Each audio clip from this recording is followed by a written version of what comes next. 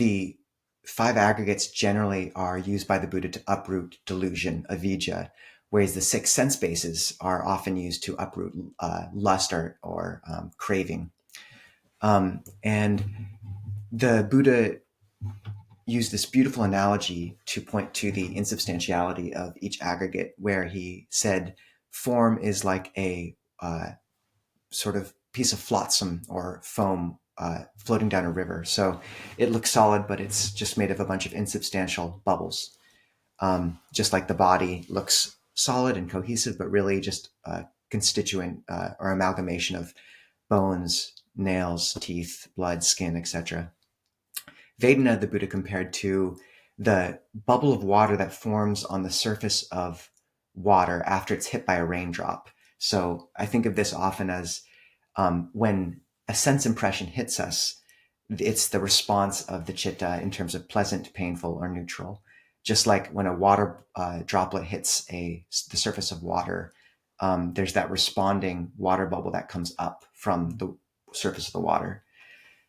Sanya, the Buddha compared to a mirage. So perception, these labels we apply to various, anything we see, hear, etc.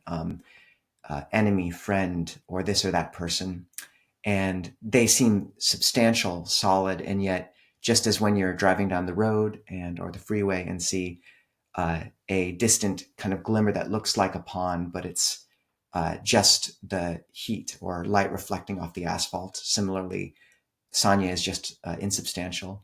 Sankhara, mental formations, which is the most complicated of them all. It's both the act of creating, the act of concocting, the impulse to concoct, and the concoction itself. So it's the programs we run, and it sort of constellates all the other aggregates into these programs. So you see your boss, you're afraid. Sanya comes in and labels it an enemy.